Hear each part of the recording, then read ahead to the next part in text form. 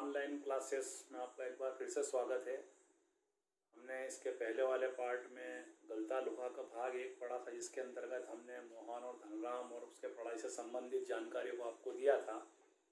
अब हम उसके आगे के हिस्से को पार्ट 2 के रूप में अध्ययन करेंगे। मोहन का पढ़ने के लिए लखनऊ जाना। जब 8वीं क्लास मोहन ने गांव में अच्छे नंबरों से पास कर ली, उसको छात्रवृत्ति स्कॉलरशिप मिल गई, तो पिताजी ने उसको लखनऊ में अपने एक रिश्तेदार के घर पढ़ने भेजा ताकि वहाँ शहर में पढ़ कर के ज़्यादा अच्छे तरीके से शिक्षित हो सके और गांव में और उसके परिवार का नाम रोशन कर सके। तो पढ़ने के लिए जब वो लखनऊ चला जाता है तो वहाँ पर पढ़ नहीं पाता है। खाना पीना सब अच्छे से मिलता है, लेकिन घर वाले को, महानगरों में रहने वाले लोगों को ऐसा लगता है कि उनके घर में अगर कोई रह रहा है तो हमें एक प्रकार का नौकर उपलब्ध हो गया है जिसका कुछ देना नहीं पड़ रहा हमको। तो वहाँ मोहन पढ़ने के लिए जाता था, पर उससे ज़्यादा घर के कामों में लगा रहता था दिन भर, और कभी बाजार जाना, कुछ सामान लाना, घर की सफाई करना इत्यादि इत्यादि कार्यक्रमों में लगा रहने से उसका मन वहाँ से भटकने लगा और परिस्थितियाँ विपरीत हो गई। और क्या होता है कि अच्छा नहीं पढ़ पाता है और वह फेल हो जाता है। पिताजी उसको वापस गांव में बुला लेते हैं कि ये तो शहर में जाकर के और उल्टे हालात हो गए। अब गांव में है जातिवाद। गांव में जातिवाद मतलब अंधविश्वास, रूढ़िवाद और ये सब जायज़ है, क्योंकि ऐसा वो लोग मानते हैं।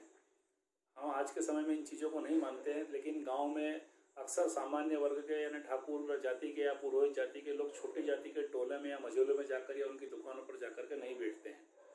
अब चूँकि मोहन तो दोस्त धनराम का था, पूरे गांव में उसकी दोस्ती सिर्फ उसी से अच्छी थी, तो वह गांव में जातिवाद के कारण उसको सब रोकते थे जाने से, पर वो मानता नहीं था और जब भी मौका लगता वह चला जाता है धनराम की दुकान पर। तो धनराम जो है वो कार्य कर रहा है। एक बार वो किसी गोल रिंग के बारे में बात कर रहा हूँ यहाँ पर, कि वो उसको तैयार करने के लिए गर्म आग में लोहे को गला करके पीटता है, पर वो गोल नहीं हो पाती है और कहीं ना कहीं उसमें विकृति रहती है। धनराम को इस कार्य को करते हुए मोहन देखता है और मोहन देख करके मोहन के दिमाग में आता है कि वो उसकी मदद करे, और वह भी गर्म लोहे को संडासी से पकड़ लेता है और उसको गोल आकृति देने में उसकी मदद करता है और आसानी से उसकी आकृति गोल ढल जाती है। तो यहाँ पर यह देखने में आया है कि जातिवाद के कारण जो एक कार्य एक व्यक्ति कर रहा है तो दूसरा नहीं कर सकता। मोहन के लिए कार्य करना उचित नहीं था, क्योंकि पुरोहिती का कार्य करते थे उसके पिताजी, और पिताजी चाहते थे कि ये भी पुरोहित बने, अब गाँव में काम करे। तो उसे इन चीज़ों से कोई मोह नहीं था। उसके दिमाग में कला एक प्रकार की बैठी हुई थी, वो कला को पसंद करता था।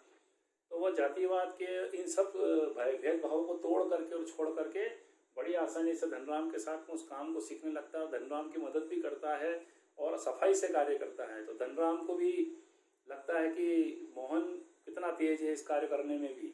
तो हम ये कहना चाहते हैं कि किसी भी व्यक्ति को उसके जीवन में उसके मन माफिक कार्य करने का मौका मिलना चाहिए, न कि किसी के दबाव में आकर कोई कार्य, क्योंकि व्यक्ति उससे अपने अंदर की जो भावनाएं हैं, अपना जो विचार, अपने जो रूप है, उनको वो नैसर्गिक रूप से बाहर नहीं ला पाता, दबाव में काम करता है, वजह उसकी फिर रिजल्ट अच्छा नहीं आता है। यहाँ पर कई ऐसी बातें समाज के उभरी है जो गाँव में आज भी लागू है। कई जगह पिछड़े इलाके हैं भारत देश के जहाँ पर लोग अभी भी छुआछूत की भावनाओं में विश्वास करते हैं, अनटचेबिलिटी वहाँ पर भी है। और दबंगों का यानी जमींदार और दबंग लोग जो होते हैं उनका कहीं ना कहीं गांव में आज भी दबदबा है। और कई प्रकार से दलित लोग या समाज में छोटी जाति के लोग आज भी परेशान होते रहते हैं। सरकार ने इससे तो कई कदम भी उठाए हैं, समाज में लगातार बदलाव हो रहा है, रोज परिवर्तन आ रहे हैं, पर अभी भी हम इस समस्या से दो चार हो रहे हैं। आशा है मुझे कि आने वाले वर्षों में जैसे शिक्षा का माहौल बढ़ेगा, लोग शिक्षित होंगे, ये छुआछूत, अंधविश्वास, रूढ़िवादी की भावनाओं से हम दूर होते चले जाएंगे। और एक शिक्षक की दृष्टि में कभी भी ये रूप नहीं होना चाहिए कि यह अगर उच्च जाति का तो इसको मैं अच्छे से पढ़ाऊँ, या जो छोटी जाति का है तो इसको क्लास में क्रिटिसाइज़ करूँ।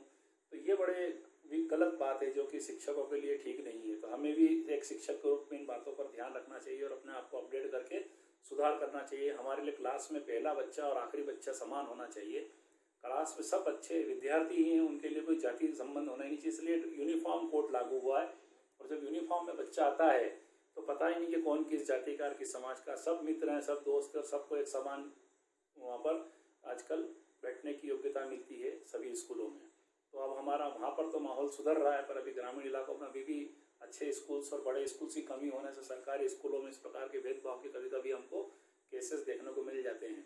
तो आशा है आपको ये मेरा गलता लोहा चैप्टर दोनों भागों में पूर्ण रूप से समझ में आ गया। इससे अधिक जानकारी अगर आप चाहते हैं तो आपकी इस पाठ्य पुस्तक के इस पाठ को एक बार अवश्य अध्ययन करें ध्यानपूर्वक, तो आपके और बहुत सारे जो डाउट्स हैं वो भी उससे क्लियर हो जाएंगे। धन्यवाद।